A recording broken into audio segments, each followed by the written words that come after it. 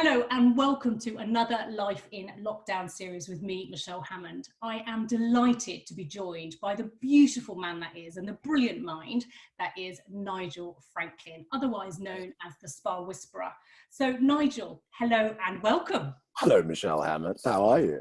I'm very well. How are you? I'm just really going to flip this onto view. There we go. Yeah, I'm doing good. Thank you for having me do this. You are more than welcome. It's a joy to have you with us. So tell us, for those viewers that are watching, who are you? Tell us a little bit more about you, the real man. Real man behind the spa. My name's Nigel Franklyn. I am originally from the UK, raised in Brighton, but I moved to San Francisco when I was, 22 or 23, with big dreams of being a writer, living on a hill and being a writer. So I've lived in California for the last 26 years, both in LA and California. What else about me? I'm the youngest of 6. All my family is in and around London. And I am a spa consultant. I build and develop beautiful spaces of wellness. You are the best. Thank you. Thank you, Brian. The best. You are the best. How do you start your day? I mean, probably normally, rather than life in lockdown, normally how do you start your day to kind of get yourself off on the right foot? I'm never going to be in a rock band. I sound so cliche, but I meditate. I practice transcendental meditation and I have done for 10 years. So I meditate every morning and every afternoon. I meditate every morning and then I have hot water and lemon. I'm the least rock star person. I can hear myself saying it. It's so cliche. I wish I could be like, I roll over and do a shot of tequila from the night before. No. So I meditate. I do I drink my hot water and lemon. I do a big pot of that, and that's it.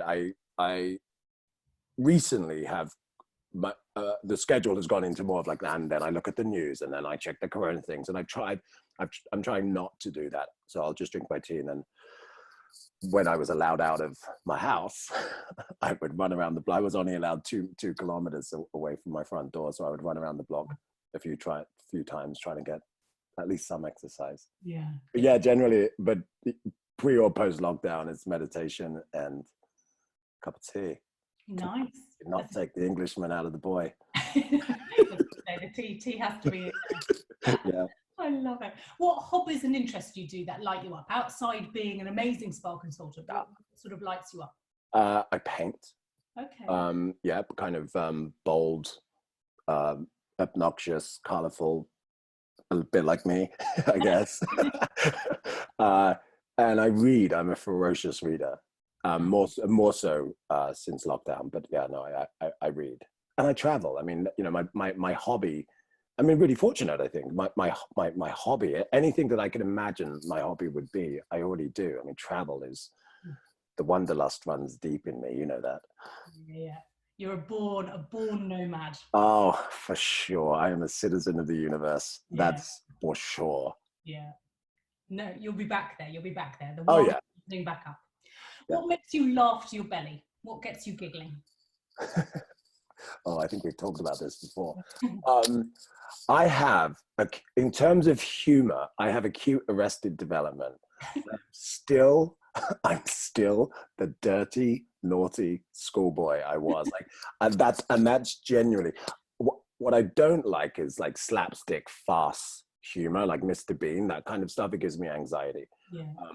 But I like really, I like British, basic, dirty British humor. Yeah. I just do.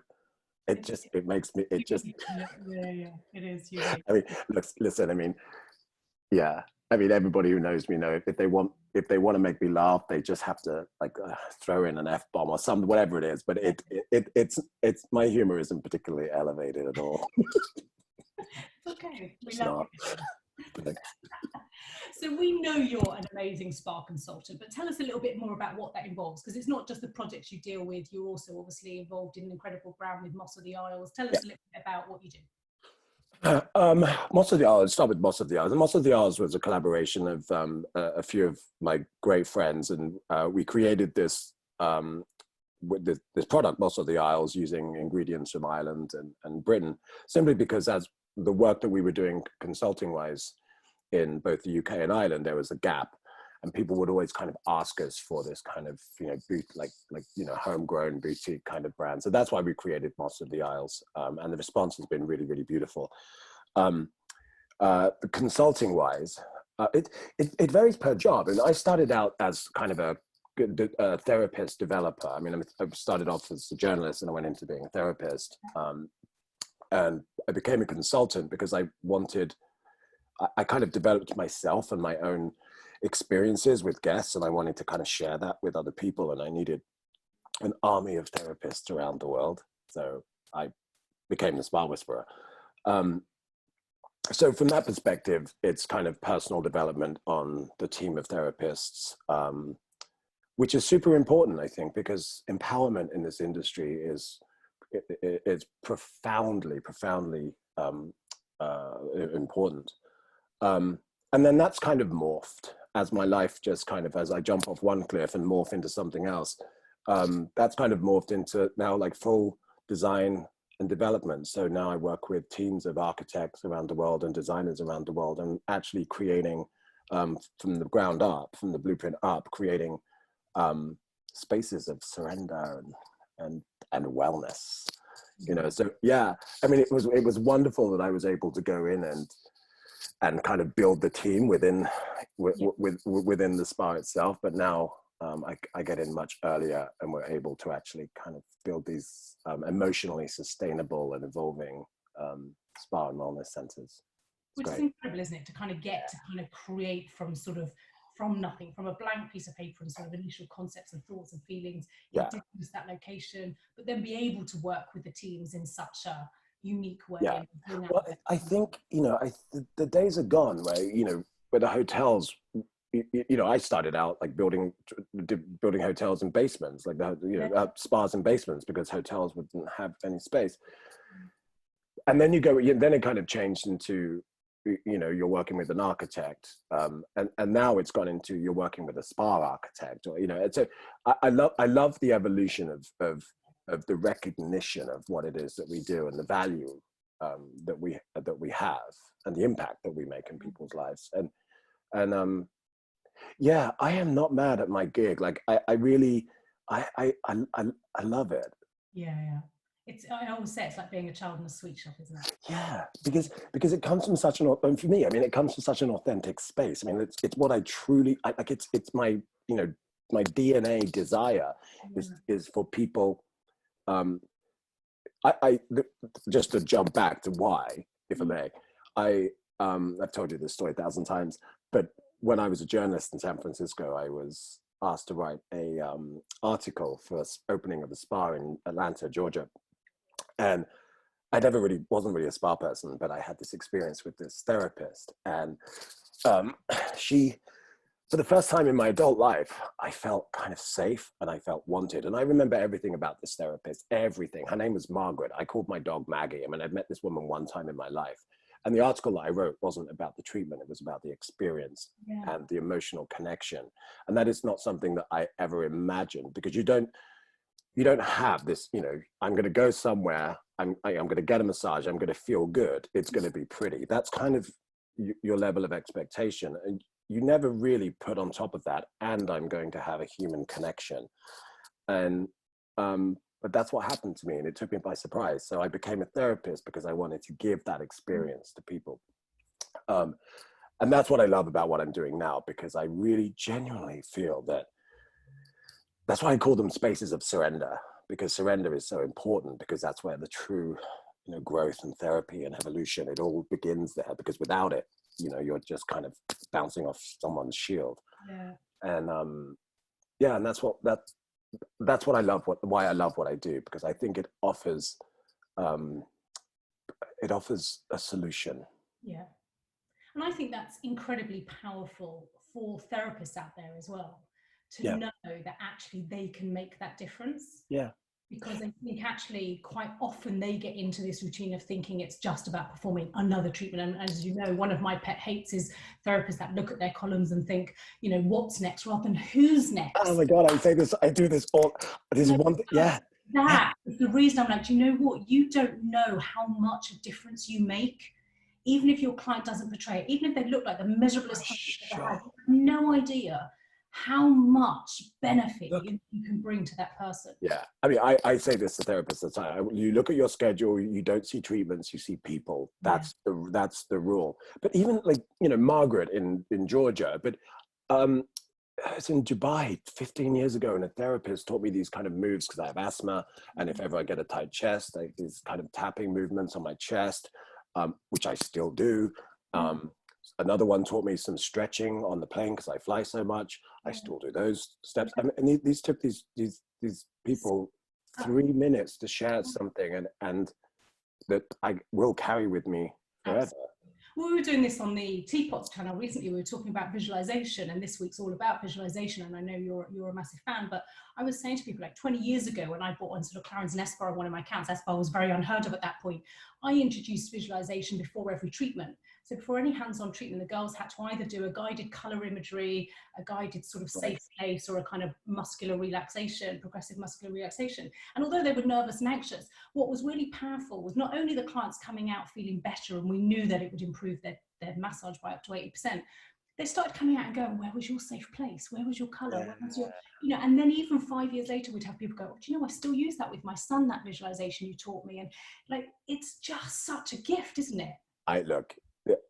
Yeah, you've heard me say this, but these do not make you a therapist. These are your hands. This makes you a therapist. This is how you facilitate it. This is how you facilitate it. But it all comes from and if it comes in that organic space, it's great if you can create spaces, because sometimes it gets lost then in the next connection, doesn't it? And you can start by creating spaces that understand and enable that. Yes. And then also allow that operationally to happen. But it's also, you know, the thing that drives therapists to this industry is this kind of innate desire to nurture, to heal, and you know, and then you take these kind of very altruistic factors and markers, and then you put them in a corporate environment, and all of those beautiful causes, they all turn to fear of what it is, standards or whatever it is, but they all turn to fear. And so, you know, part of my job is to go in and break open that fear, and so people can return to this kind of situation where they are able to visualize and where they are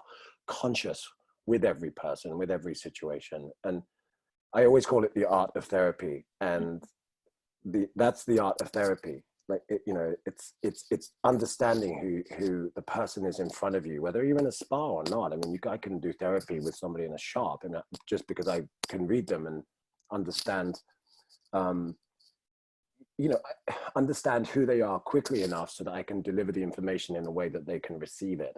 And that's therapy. And it's important that therapists realize that, you know, this kind of one-dimensional approach to massage, you know, that makes it a very physical experience, but to make it a transformative experience, you have to engage, and it has to be multidimensional, and that takes empowerment. Yeah, absolutely. And an acknowledgement of the very thing that drove people to therapy in the first place, and telling them that like, I see it, let's develop it. I love that. And I know, I mean, it's a silly question really, what do you love most about your job? Travels up there, and empowering people is definitely up there, but sort of, you know, what is it that kind of really drives you in your job? What is it you love most and get most out of what you do? I like to travel, obviously. We've discussed that. In my next life, I'm just going to have wings. I think evolution will just be like, I've got you. There you go. I like watching real-time impact.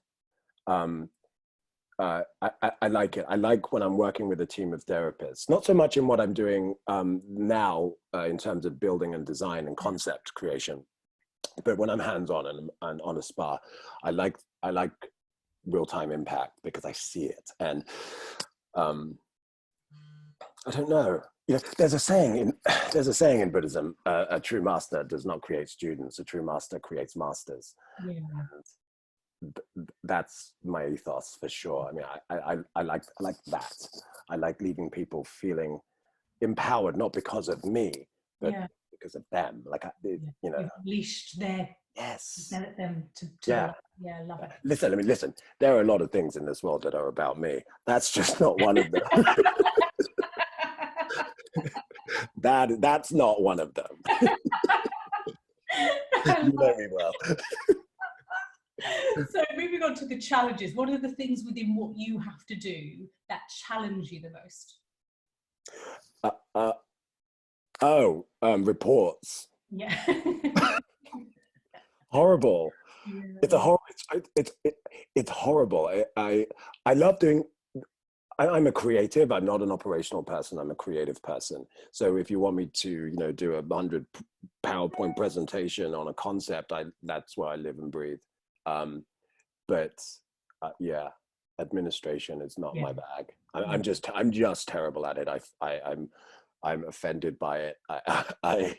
Everything about it sucks. It needs a very specific mindset, doesn't it? So that's a good outsource, isn't it? Yeah, but it's even like work. It's you know, it's like yeah, like even like with like my tax guy, like nothing. I can't like I just like the tax guy will say I need these forms, and I'm like, oh, I can't. Like it's horrible. I don't know. It's horrible. So yeah, definitely not you. You're angry, upset, or stressed. What do you do? How do you release that emotion or change the state? Well, I've suffered with anxiety my whole life, and so many years ago in therapy, I was given kind of personal inner dialogue to kind of talk myself off ledges, and I carry that with me. I mean, it's yeah, yeah. So that's what I do. I mean, I don't know if I've been trained in it, but it's I do. I have an inner dialogue that I've learned when I was a kid to deal with anxiety, and I change it. Yeah. I wish it was something like I go for a walk, but you know, because it's a very conscious thing for me when I get stressed, because I know that it can shoot off in many different directions for me, and so I have to kind of manage it at the source, and the source is the dialogue that I have with myself. Absolutely. Yeah. And to know you can change and trigger that is yeah. And I've you know it does work. I mean, it's whether or not I have to, you know, whether or not I go for a walk and have the dialogue, or I come to sit on the bed and have a dialogue, or I scream at my fiance and have the dialogue, whatever it is, but the dialogue is there, and I'm managing it at the source. Yeah, love that. Yeah. You can do any new hobby. Time and money is not an issue. Learn any new thing. What would it be? Oh, since lockdown, I have been watching Time Team. Do you know that show? Oh God, you should watch it. It's an archaeology show where they go and they've got 3 days in England. It's the guy from Blackadder. I can't remember his name. He's Yorick or Bar. I can't remember his name. His character of Blackadder either. Anyway, he's on it, and they have 3 days, and they go and they do these digs around the UK, and I love it. So I've one and I talked about it the other day, and I was like, I would love to be an archaeologist. So if I could do something, I feel like I wouldn't be an archaeologist. I think I would like to do some archaeology. I would like to like join these digs on Time Team. You should watch Time Team. It's amazing. Okay, I'm going to watch Time Team. Honestly, the benefit of doing these Q&As as well is I'm getting the best Netflix list, the best list. I'm just I'm garbage. I do it on YouTube. I mean, the quality's not good, but I don't know if it's anywhere. I don't think if it's anywhere else kind of credible like Netflix. Yeah. But it's a really good show. I'm going to have a look. Now, I know you're an avid traveller and there's probably not many places left that you haven't been, but if you could go anywhere that you haven't been, where are you going? Oh, this is easy. I would go to Tromsø in Norway, or north of Tromsø, any of those little islands up there, and I would sit on a mountain and I would watch the Northern Lights. Oh, amazing. Yeah, I was going to take one to Tromsø for this. I've never seen the Northern Lights, and it's my dream. I have like you know how much I travel. I've been to 110 countries, and I've not seen the Northern Lights. And I was going to take one to Tromsø last year and ask him to marry me, but I'm such a control freak that I couldn't trust the Northern Lights, because I knew that if they didn't appear, I wouldn't ask him. And so I ended up taking him to India to ask him. But Yeah, because that's where I would go. I mean, you know, to take my soulmate there and sit on a mountainside and just, and yeah. Amazing. That's always it. Yeah, that's if every I get asked, obviously I get asked this question a lot. Excuse me, I get asked this question a lot, and that's always my response, because that's the truth. Amazing. You've got to do that, and I want to see the pictures, please. Yeah, sure. Are you most typically early or late? Early. I'm a Virgo. What's the best single day on the calendar for you? Probably Halloween. Oh, really? Yeah, I live for Halloween. I love it. I love it. I live. Listen, in California, we take Halloween very seriously. Yeah, we close down streets. Everyone, you know, Halloween's my day. Nice. You were not expecting that. I was not expecting that. One's birthday. Halloween. I live for Halloween. Nice. Yeah. Now you can tell me, what's the website you visit the most?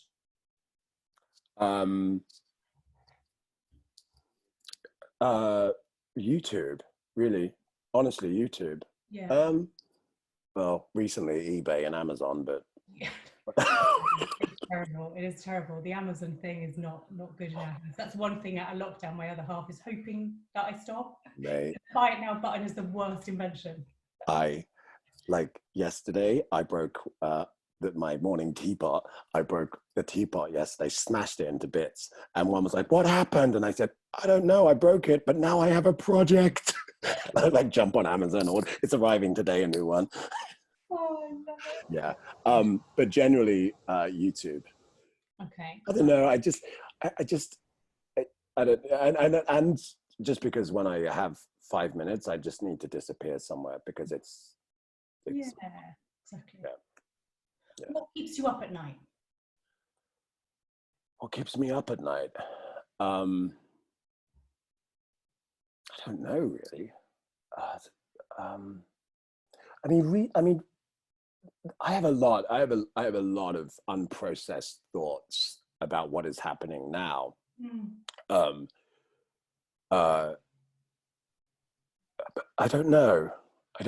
Nothing. I mean, I want to say nothing, but I think I get really concerned about humanity, and and more recently about how people will respond to what's happening, and because I have this kind of perfect scenario of how they respond, but then I look at the news about the US, and I know that these grand wishes I have for this perfect C-19 response probably isn't going to happen. So that worry keeps me up. I'm kind of maybe overly empathetic. I worry a lot about people and yeah. Okay. You can come back as any animal, or your spirit animal is released. What is it? Oh, you would think it would be a bird. But in my life, I was a kid and I was asked this question, what animal, when you're at school, like, what animal would you be? And it's always been a whale. Oh, really? Yeah, I would be a blue whale.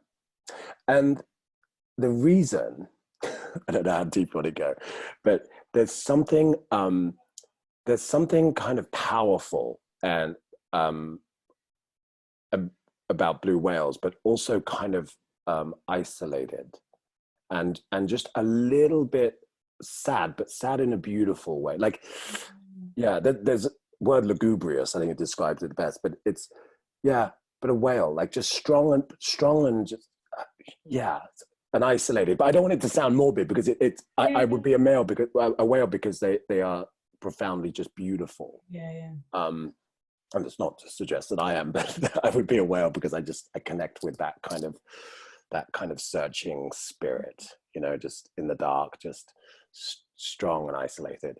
I love that. Yeah. I love the depth, and I have a feeling the whole session just on the whale. But I won't now. I'll wait until we've both got that tequila in it. I know. I'm sorry, I can't be like a leopard, but no, nothing. It would be a blue whale. What's the furthest you've ever been away from home? Oh, mate, I would have to go to space at this point. I don't know. I've been around the world 100 times. I don't know what the furthest place from San Francisco is, but I'm sure I've been there. Yeah. Yeah. Yeah, it would. Yeah, in fairness, it would have to be space. I would have to go to space to get further than I have. I mean, there are months where, like, I'm in Munich now, but like when I lived full time at home in San Francisco, I mean, it would be January and I would have gone around the world once. So, yeah, who knows? Whatever the furthest place is from San Francisco. Yeah. Okay. If you were to go to your favorite restaurant, what are you ordering to eat and drink? I would go to Orphan Andy's on 17th and Market. If you're ever in San Francisco, I will take you there. And it's a greasy spoon American diner. I've been going there since I moved there, since I was 22. It's never changed. The staff haven't even changed. And I would order a tuna melt. Nice. The same tuna melt. I've been going there for 100 years, and I've only ever eaten a tuna melt in there. And that's really, yeah, I've never eaten anything else. It's always been a tuna melt. Nice. Oh, I love that though. I love that it's just somewhere local and real. And oh yeah, total greasy spoon. No bells and whistles, nothing. And you know, and the staff. I mean, they remember me drunk at 2:00 in the morning when I was 25. Like, so that's why I would go. And I do when I go home. It's the first place I go. Nice, amazing. Orphan What's Andy's. your favorite fragrance? Anything with geranium. Okay, nice. Love geranium. Yeah, I was going to say patchouli, but that would make me sound too much like a hippie. But actually, it's geranium. Nice. Your favorite book, paper, or magazine to read? Shantaram. Okay. Gregory Roberts. Actually, because it's such a big book, I walk around my house with it. And then if I'm like in the kitchen, I'm waiting for the kettle to boil. I just like, yeah. But I've read this book 100 times. So Shantaram for sure. I don't know what else. I've got so many books going on right now. I'm going back to all my old books from when I was university and rereading them with their yellow pages and scribbly notes. Isn't it? I think sometimes you read it in such a different way when you go back to something, especially years later, don't you? Yeah, but I would recommend for anybody, and I hear that they're making, or Netflix is making Shantaram into a TV series, so I would recommend you read the book quickly. First. Yeah. Okay. Yeah. Your favorite song to sing out loud to at the moment? Randomly, Level 42, Lessons in Love. Okay. I don't know why, it's been in my head. Lessons in, it's everywhere in my head. Love it. It gets stuck in, doesn't it, as well? Those types of songs really get stuck in. I wish it was like, my favorite song is Sweet Caroline, but I wish it was Sweet Caroline, but right now it's Level 42, Lessons in Love. I don't know where, I'm in lockdown, I can't imagine where I heard it, but there it is. And it's in there. What TV program have you been binge watching lately? Schitt's Creek. Okay. Do you know Schitt's Creek? Yeah. Time Team. And then Juan likes vampire stuff. Okay. So he's been watching weird, there's this awful show on Netflix called The Good Witch, and he's been watching that, which is fine. It's not good, but but you're happy. It's lockdown. You can put up with through lockdown. What's your favorite film of all time? Pride and Prejudice. I like any movie made by what's it called, Working Title Productions. Yeah. So Pride and Prejudice, Four Weddings and a Funeral, anything like that. I like British movies, and I like script and performance rather than the big kind of US blockbuster effects. And I think I like to see the acting. Oh, and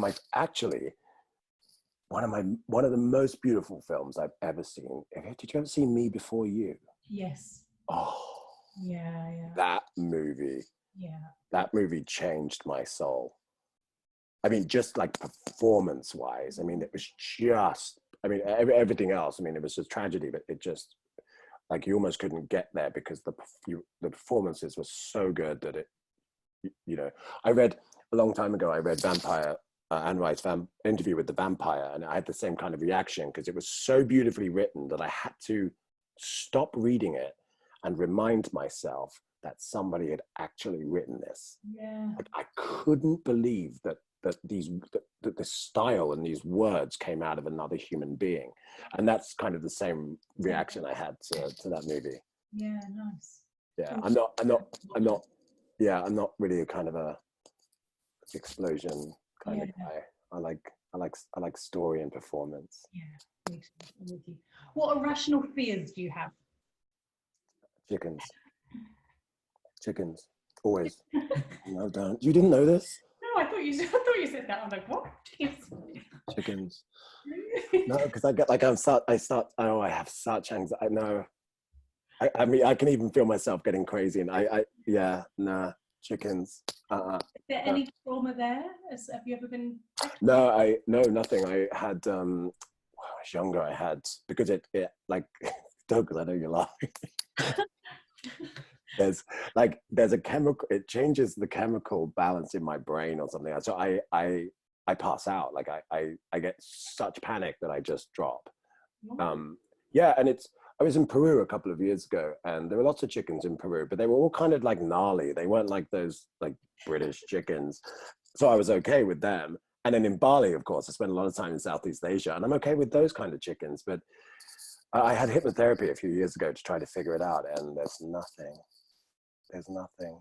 I mean, my grandparents had like this picture in their living room of like a little boy holding bread from geese, and I always thought maybe that's it, but I don't know.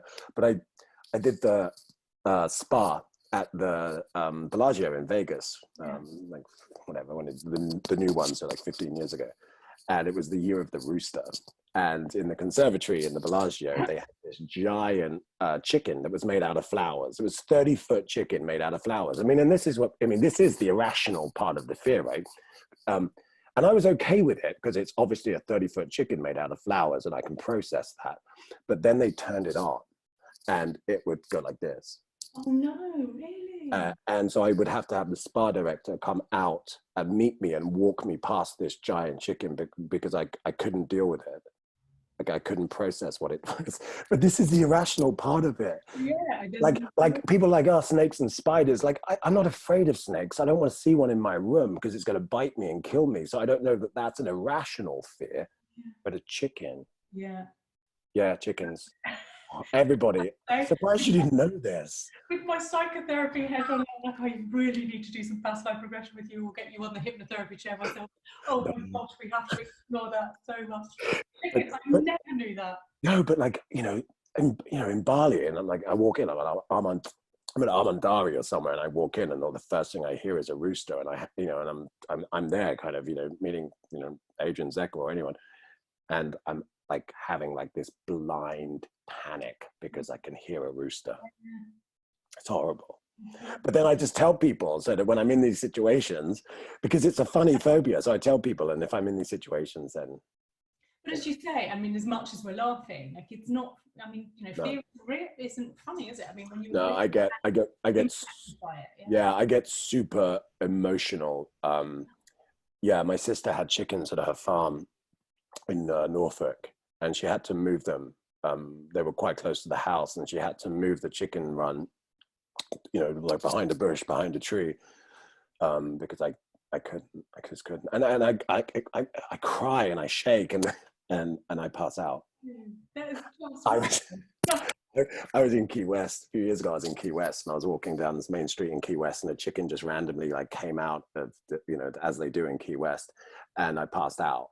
My reaction wasn't scream. My reaction was, and I landed on an empty, thank God, baby stroller. Could you imagine? Because it was a chicken, yeah. But my reaction to that was like, yeah.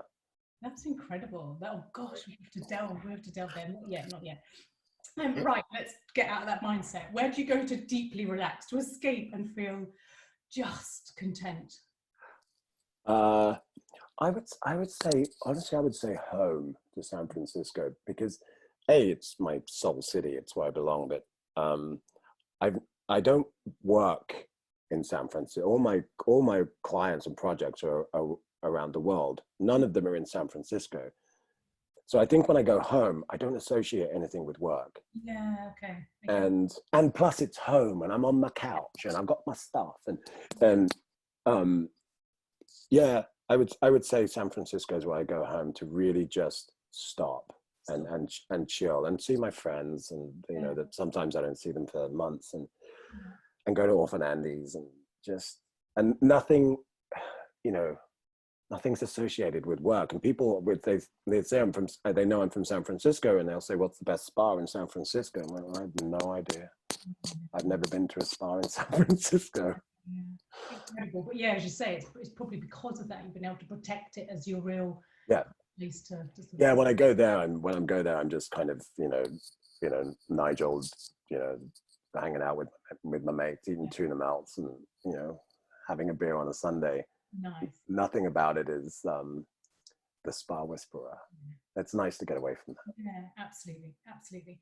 Your favorite beauty product, your must-have, can't go without beauty product. I'm a big lip balm person. Uh, I love lip balms, but like the good ones, not the petroleum ones. Yeah. I love, yeah. So lip balms for me for sure. Um, I mean, like brands. You want to know brands? My favorite brands? Up to you if you want to share. Yeah, Subtle Energies. Okay. Um, Moss of the Isles, of course. Uh, and then True Natural Botanicals Yeah. is another beautiful one. Sadashi, they all kind of fall under this kind of umbrella of organic chemical free air. So I love Subtle Energies that have an amazing lip balm. I Yeah. have it here somewhere. Yeah, but that's my one. I'm a huge lip balm person. Okay. Spa treatment or experience that you would love to have right now. What are you missing? What are Uh, you? Watsu. Okay, lovely. Yeah. Can Yeah. you imagine? I mean, Watsu at any point in your life is a beautiful, womb-like emotional experience. But like, given what's happening in the world, to feel that surrender and connection and intimacy. Oh God, I would do It's, anything to have a Watsu. it's like between pure proper Thai massage and Watsu and some reflexology, I think, yeah. But Yeah. Watsu is just beautiful, isn't it? I was first introduced to it when I went to Four Seasons Bali and I was living out there and just to watch it being done. Well, yeah. Well, yeah. Actually, it's funny because I'm on Yara in Turks and Caicos. We did Watsu, and they initially wanted to build like a Watsu room, and I said no, no, no. They were around the spa pavilions. There was a beautiful pool in the middle, and we just changed that to a Watsu pool, and we ended up booking out so much Watsu because people would come out of their treatments and then they would just stand and watch this poetry in the water. Beautiful, yeah. Yeah, and yeah, I love Watsu because like what you do in the water is obviously important, but the key to Watsu is what happens before you get into the pool. Like Yeah. because it's that connection that you have with your therapist. Because if your therapist hasn't mastered the art of therapy, then you're just having a stranger hold you underwater. So I always say to people in my spas, I want you to Watsu every guest Yeah. because it's that moment. There's so much power in surrender and vulnerability and all of these things. And Watsu is a good example of that. It is, but it's not easy to do, is it? And as you say, so you've got to really trust the therapist or connect with the therapist to be able to And do it. especially like the second phase when they kind of sync with your breath and they take you under the water. And it's so counterintuitive, but to be able to Watsu masters are quite unique, as are like Reiki masters. Um, they're unique in that they are able to put people into that beautiful space of surrender, Yeah. and then they can just I'm dreaming of Watsu now. oh I'm just like, yeah, okay, right, bear with me. hang on. So who inspires you or has inspired you the most? I have I have an answer for this, and it's kind of an answer. There were two people. Well, I think most people inspire me. I mean, you, for crying out loud. I mean, you're one of the most inspirational people I've ever met. No, it's true. I mean, you just are. I mean, because you live it and you breathe it, and I just love you. In my career, though, there are two people really. Mark Woodkey. You have to Google him. He was like, you know, the CEO of Jalik, the CEO of Babor. He does. He's spoken at the Global Wellness Summit, a TED speaker, motivational speaker.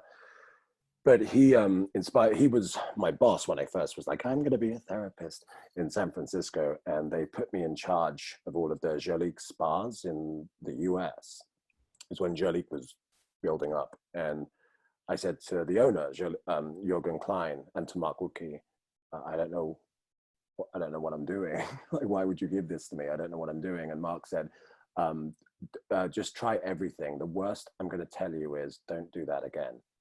And yeah, and it gave me this kind of arena for 4 years I was with them. They gave me this arena to I don't know, to make mistakes. And I think once you're given the permission and freedom to make mistakes, then there's no fear and you just get to try everything. Which so is Mark, amazing, yeah, Mark for sure. You know, and we're still great friends. I mean, we had yesterday, we were like on WhatsApp. Nice. Megan Larson, the founder of Sadashi, great inspiration for me, and a great mentor and a great friend. Nice. And that's kind of, you know, both professional and personal, because I love them both with my soul. And yeah, I find my sister Kelly. Yeah, I think I get emotional about it, but I think she's probably one of the most inspirational people I've ever met. She's such a warrior, and her heart is pure. It's hard, but it's pure, and I appreciate that. And she's family. That makes it even more. And she's mine. yeah. She's going to love to hear that. Love to hear that. I have. What's the best and worst piece of advice you've ever been given? Well, the best piece of advice is Mark. Honestly, try everything. I don't know that I've been given terrible advice. I don't know, really. I mean, professionally, I don't think I've been given like notably terrible advice. You know, and there's always, yeah, sure, Nigel, have that next drink. That's bad advice.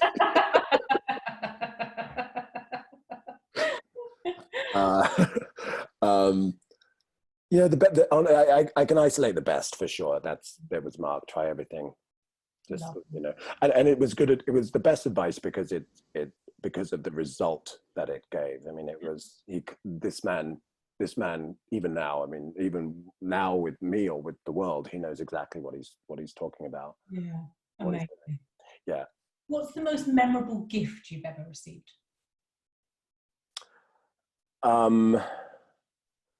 Well, the gift I loved the most, a couple of years ago, bought me, the reason I loved, he bought me an antique, leather gentleman's purse that I use for my passport. And it in of itself is quite beautiful. But at the time we were having discussions about how much I had to travel, and, you know, and it was kind of an upset. And I think him giving me this thing for my passport was an acknowledgement of him understanding that I have to be in the sky. I have to be across the world. Like, you know, there's that old saying that when I fell in love with you, I didn't want to cage your heart. I wanted to grow wings or something so I could fly with him. Whatever. But it was that. I mean, yes, it's the gift. It's beautiful. But it was just more the acknowledgement and that he kind of saw me for the first time. Oh, we love one. Yeah, we love one. They say everyone has a book in them. Jesus Christ, you've got volumes. They say everyone has a book in them, but what would yours be about? Excuse me. Well, my first book on demand would be a book of Facebook updates and Nigelisms, because I'm always being asked for that. Yeah. And I have a book somewhere. I have a notepad. It's like the little, I have on it written, a little book of Nigelisms. It's just the random stuff that I say. I had this beautiful idea to write a coffee table book. And the coffee table book, I can't give you anything more profound than this, because I wish I could tell you I would write a book about what, but I mean, I'm sure I would. But I have this coffee table idea. And it's called Where Do Flies Go When It's Windy? And it's Where Do Flies Go When It's Windy and Other Unanswerable Questions. Okay. I love that. Yeah. And that, you know, given that, you know, that I am a writer anyway, you would think that I would come up with something more profound. But Where Do Flies Go When It's Windy is something I thought of doing when I was much younger, and it's just stayed with me. So if I had the choice, I would complete Where Do Flies Go. So you're going to do that now? I'm going to do that. Hold you accountable. And other unanswerable questions. And the questions that I have are so, I mean, it's ridiculous. But that's my book. I love it. I love it. I definitely want that. Definitely want that table book. Okay, a little bit more now specific onto lockdown itself. Yeah. What is the best or the craziest thing you think you've done since life in lockdown? Well, other than spend my life savings on Amazon.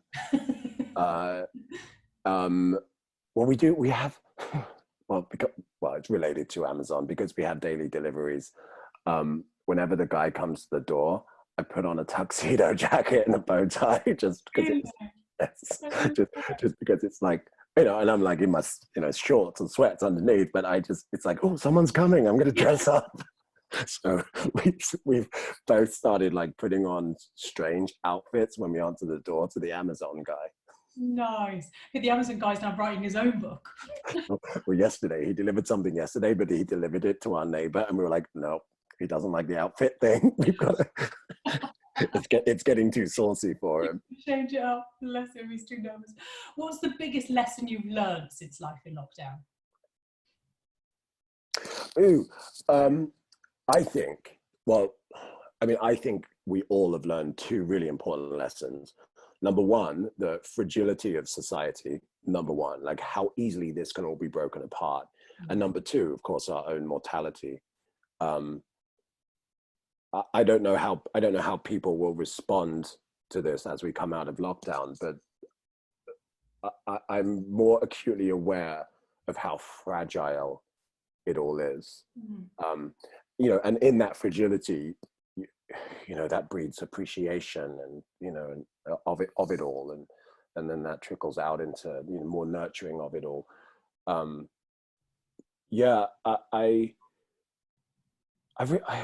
God, I don't know. Those profoundly. I was gonna say, you know, it's like I've become more busy in this lockdown, strangely. But I've also become more quiet internally, and I hope as we move forward that I don't lose the quietness. Yeah, it's worth protecting. It is. I mean, even I said, just like sitting up in bed at night reading old books, but gasping, like out loud gasping at how beautifully these books were written. And there's a reason I've carried them with me around the world for 20 years, but I've just never gone back.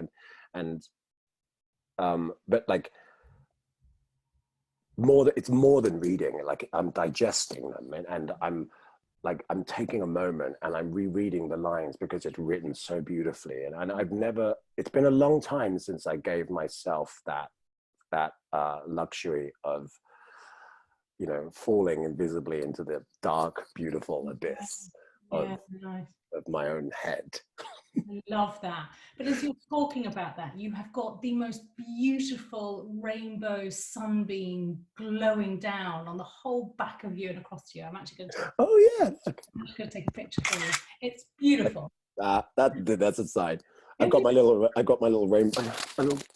You know, did you see this? My little rainbow. This is important information. Save the chubby unicorns. I love it. Yeah, it just started over the last couple of minutes. Just... You were talking about that. I was like, that's not a rainbow, but yeah, I can, yeah. Yeah, beautiful. Okay, last question. What do you hope as an industry we now do more or less of as a result of learning from life in lockdown?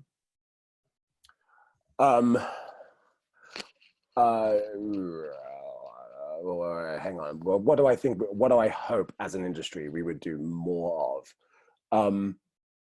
Well, I think this is a really beautiful opportunity for us to kind of evolve wellness, just wellness in general. What I hope doesn't happen is that we take this experience and sterilize the DNA of wellness. That's what I hope doesn't happen. And we talked about this, 1,000 conversations about gloves and PPE and you know, how to protect therapists, and I worry that as we respond, quite rightly and understandably, how we respond with panic, I worry of the negative impact that will do to not just the wellness industry, but the wellness experience, because what we're doing is profoundly important, and we're in the industry of touch.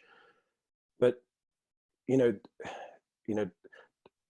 therapy doesn't exist, you know, exclusively in touch. It's in energy and vibration and communication. So I hope in our industry that we are able to navigate our way around this without losing this beautiful essence of what wellness is, and the DNA and the identity of it. What I hope does happen is that I hope we come out of this with an appreciation of the world, of the healing power of the world, an appreciation of, I don't know, of what from a wellness perspective, of what it really takes to transform us, you know, physically, emotionally, mentally. It's very difficult for me to say this, and I've spoken on webinars over the last few weeks, and I have a hard time with this language, because people, their livelihoods have lost, and people are dying. I mean, I've lost family members, and it's just so devastating, so sad. But one of the important things that I learned on a webinar a couple of weeks ago was the Chinese character for crisis. There are two characters. One is threat, and one is opportunity. Okay. And that is the Chinese character for crisis. Wow. Yeah, isn't that beautiful? And God, I hope it's true. I heard it, didn't research it. We're going with it. Yeah, let's keep it as true. And that's what I hope. I hope that people come out of this and they're able to, you know, understand what we've been through in this once in a lifetime experience, thank God. But I hope that we just don't go back to the old normal, because what a waste that would be, and what a waste of an opportunity it would be. And yeah, and I hope, I always think, you know, when the history of our industry is written, like I want us and you, I mean, you're my family. I mean, I want this beautiful family of wellness people to be written in the history as the people who said, no, I'm not going back to the old normal. I'm going to evolve. And you know, we live in our industry, particularly in 20 years, 15 years, the last 5 years. I mean, this is a growing beast, our industry. And I would love it for people to take this opportunity to grow, acknowledge it, acknowledge the sadness, but also understand that out of this crisis, there is opportunity. Absolutely. Yeah. And I think we need to start defining what that opportunity should look like. We can start guiding people in the right way, not just into, as you say, cleaning, hygiene, compliance, and the sterility of what might happen if we just allow that to be the focus. We start, wouldn't it be great if it was like this instead? And like, how do we make that happen? The dialogue is valid and worthwhile, but it's fear-based right now, and understandably so, because what the hell is going on? We don't know. But the wellness, there's a DNA in wellness, and that has to be protected as well, as well as the people involved in it. We have to protect the DNA and the thing that makes us an extraordinary element of kind of solution and emotion and growth in every way. That's what I hope. Me too. And as you say, let's hope, but also let's be a part of pushing that to sort of be the reality. Yeah, but I do think though, like, I do think that we are in a really unique and wonderful opportunity, and how we move forwards is paramount. We're on this precipice, and, you know, and at one point, collectively, we are all going to have to make the decision to jump off it, or to go back, you know, and I hope that we choose to jump, because that's where we need to be, because that's our natural evolution. And, you know, there's an old saying, when you jump into the darkness, one of two things will happen. Either there will be something soft for you to land on, or you will be taught how to fly. And you know, I have every faith that when we jump, we'll fly. Beautiful. Nigel Franklyn, as always, it is an absolute joy to spend time with you, and I know we just keep going for hours, and it's so hard to press stop on us. I love you so dearly. Thank you so much for coming on and sharing all your amazing insights and letting us get to learn a little bit more about the real you. Oh, I appreciate it. Thanks for the time and giving you big sanitized hugs and kisses. Take care, my darling. Bye, baby. Big kiss. Lots of love. Bye.